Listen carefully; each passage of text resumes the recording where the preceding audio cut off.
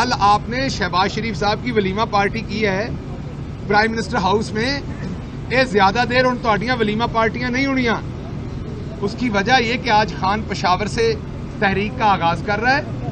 आपके इंशाल्लाह सामने खान साहब रखेंगे कि किस तरीके से ये सारी साजिश बुनी गई और इनका आगे पाकिस्तान के लिए क्या मसला नजर है। आपको लगता है कि इस तरह के करप्ट लोग जिनकी सारी दौलत उनके पास पड़ी है, ये कभी उनके खिलाफ कोई बात कर सकते हैं? कल मतीउल्लाह जान साहब मुझे कह रहे थे कि आप अमेरिका मुर्दाबाद का नारा लगाएं, तो मैंने उनको जवाब दिया कि हम कोई भी पाकिस्तानी, हमारे मजहब में ये तलकीन है कि हम किसी मुल्क के साथ नफरत नहीं करते, लेकिन अमेरिका की जो पॉलिसीज हैं पाकिस्तान के खिलाफ हम उन पर बिल्कुल तनकीद करते हैं, बबांगे दोहल करते हैं, बगैर डरे हुए करते हैं। लेकिन अमेरिका के अंदर अच्छे लोग भी हैं।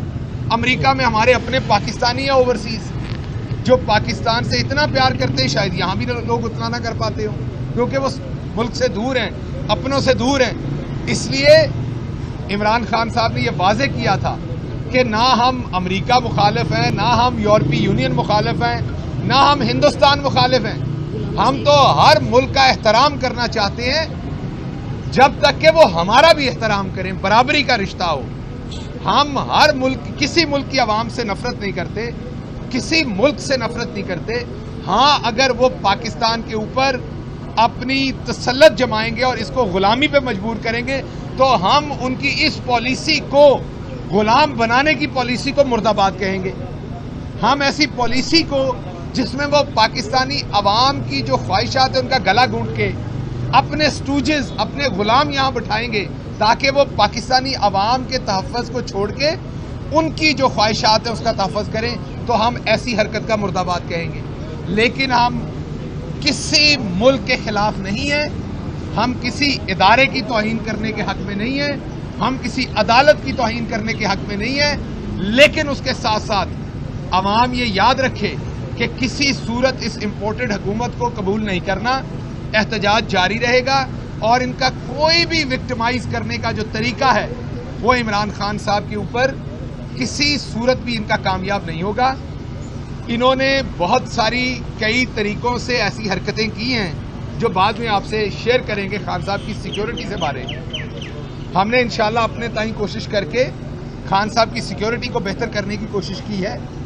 उनको बिल्कुल सिक्योरिटी थ्रेट से जब दुनिया के अंदर किसी हुक्मरान ने अपनी कौम की इज्जत के लिए, अपनी कौम की हुर्मत के लिए, अपनी खुददारी के लिए आवाज उठाई है, तो पहले उसे लोटों के जरिए, गुलामों के जरिए खरीद के निकाला गया है, फिर उसकी जिंदगी पे हमला किया गया है। तो मैं ये रिकॉर्ड पे रख रहा हूं आपके तवज्जुह से कि अगली हरकत जो है वो इमरान खान साहब को नुकसान पहुंचाने की जाएगी। इसलिए हुकूमत वक्त को भी ये पता हो, लॉ इन्फोर्समेंट को भी ये पता होना चाहिए कि खान साहब की सिक्योरिटी का मुनासिब इंतजाम करना है। हम एज अ पॉलिटिकल पार्टी बिल्कुल इसकी कोशिश कर रहे हैं, करेंगे, और जो हमारे वसाइल हैं उसमें हम ये कर रहे हैं। लेकिन ये सिर्फ मैं इंटरनेशनल कॉन्स्पिरेसी किसी की बात नहीं कर रहा। पाकिस्तान में भी सबक सिखाया गया जिसने पाकिस्तान के इंटरेस्ट की बात की। आपको याद है लियाकत अली खान साहब के साथ क्या हुआ, आपको याद है जुल्फकार अली भुट्टो के साथ क्या हुआ, आपको याद है जनरल ज़ियाउल हक के साथ क्या हुआ। तो आप ये याद रखें कि अगर आप गुलाम बनेंगे तो आपको हुकूमत भी करने दी जाएगी, आपको जिंदा भी रहने दिया जाएगा। लेकिन अगर आप ललकारेंगे कौम की खुददारी के ऊपर, कौम की आज़ादी के ऊपर, तो आपसे हुकूमत भी छीनी जाएगी और आपसे जिंदगी छीनने की भी कोशिश की जाएगी। तो आप सबसे दुआ है कि आप सब ने रमज़ान में ये खुसूसी दुआ कर रही है कि अल्लाह की ज़ात खान साहब की ज़िंदगी की हिफाजत करे, अल्लाह की ज़ात आपके भी सब घर वालों की हिफाजत करे। मैं तो ये कहता हूं जो अपोजिशन है उनकी भी अल्लाह जिंदगी की हिफाजत करे।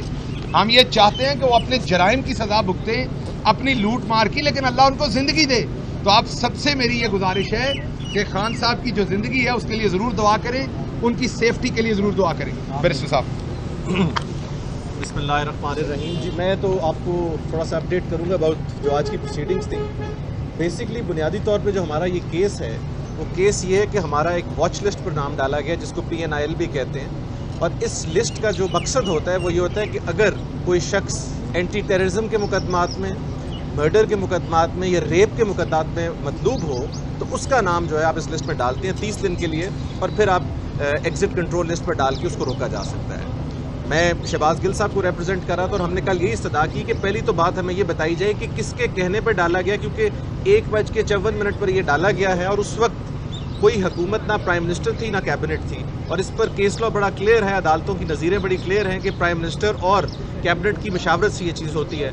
एक सवाल हमारा ये था। दूसरा सवाल ये था कि आर्टिकल 15 के तहत राइट टू मूवमेंट जो है वो मेरे क्लाइंट यानी शहबाज गिल साहब का बुनियादी हक है, वो कहीं पर भी आ सकते हैं, जा सकते हैं। इस्लामाबाद हाई कोर्ट की नज़ीरें मौजूद हैं जिसमें जस्टिस आमिर फारूक साहब की भी जजमेंट है, जस्टिस अतर मनिल्ला साहब की भी जजमेंट है, सुप्रीम कोर्ट की जजमेंट है जो ये कहती है कि आप इस राइट को इस किस्म की स्टॉप लिस्ट से, वॉच लिस्ट से रिस्ट्रिक्ट नहीं कर सकते। तो अगर रिस्ट्रिक्ट किया गया तो हमें कोई उसका जवाब दिया जाए।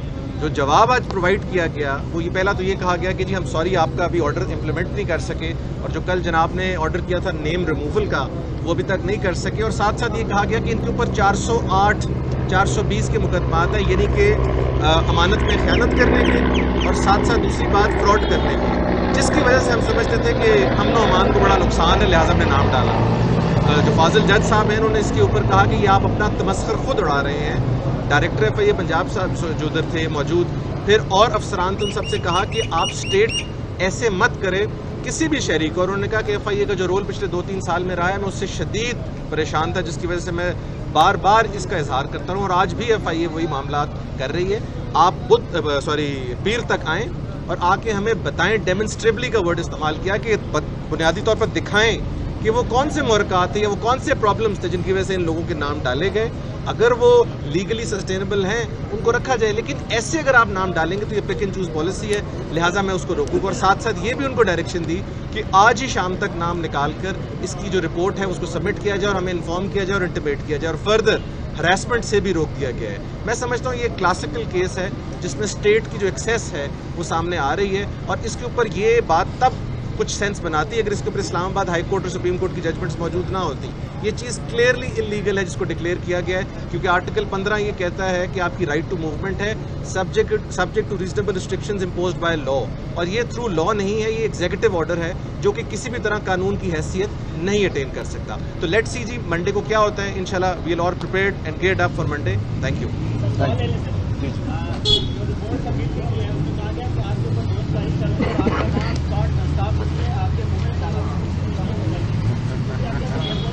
वो टाइम सामने आ गया है 9 और 10 की दरमियानी रात, जब अदम एतमाद चल रहा था, अभी उसकी कार्रवाई पूरी हतमी नहीं हुई थी, रात के 1-1:30 बजे उस टाइम ये नाम डाला गया। तो आपको अच्छी तरह से पता है कि हमारी हुकूमत ने डाला है या इनकी हुकूमत ने डाला है, तो वो तो बड़ा क्लियर हो गया। अदालत में कोई जवाब भी नहीं दे सके। मुझे तो नहीं पता, इन्होंने कहा है इंक्वायरी जो होती है उसमें आपको पूछा जाता है ना बुला के कि आपके बारे में ये, मुझे तो आज तक नहीं पता, और आज अदालत में भी कोई ऐसा जवाब नहीं दे सके जिसमें बता, उन्होंने पूछा बार बार कि क्या है, कौन सा केस है, किस चीज़ पर डाला, तो कोई जवाब नहीं था। बहुत शुक्रिया।